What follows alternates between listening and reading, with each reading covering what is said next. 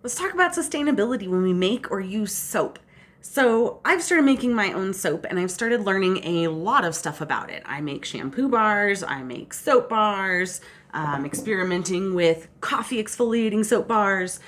And what I've learned is that we've shifted as a society towards mostly soaps being made from oils. We are trying to be more vegan and vegetarian, and I think it's wonderful that we're focusing on our eating practices, sustainability for the planet, things that we're growing. But we need to be aware that the soap that we use comes from somewhere, right? And so what I'm noticing as I try to learn how to make my own soap is that most soaps out there at the store are made from oils these days. And I wanted to make my soap from lard because we've found just a wonderful local place that humane practices, sustainable practices in raising their animals. And so I've started experimenting with making soap with lard and have since learned that lard is just a fantastic thing to make soap from.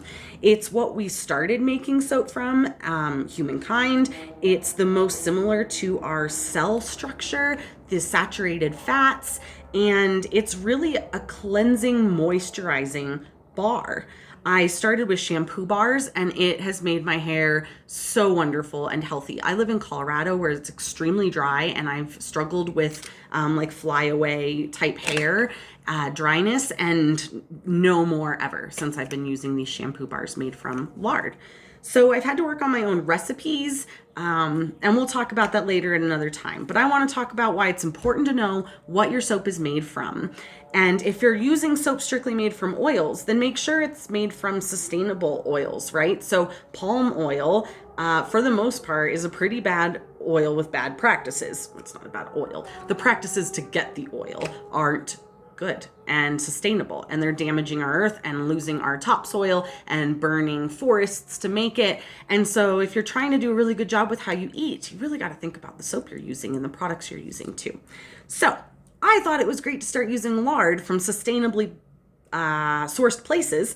And so here, this is a pack of lard that I can get from a really sustainably sourced place locally. Eventually, my husband and I will grow, we'll have our own farm and raise our own pigs, and we will just use the lard from the pigs that we've raised and make soap and sell it.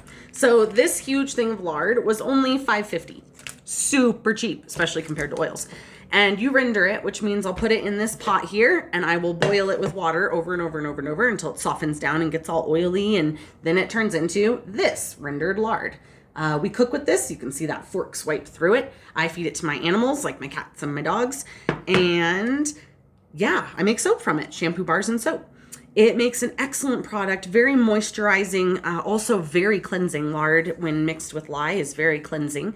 And a number of friends that I have who have skin issues absolutely love the bars that I make that have no additions to it besides the lard and a little bit of oils. So I do still use some oils.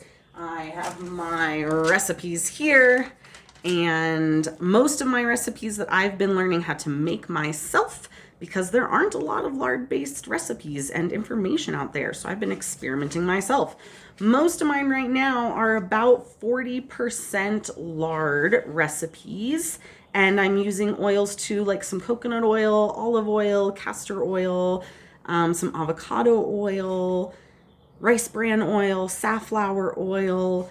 But I'm able to use a lot less oils for each one of those when I'm replacing a lot of that oil with lard. So, yep. Thanks for listening.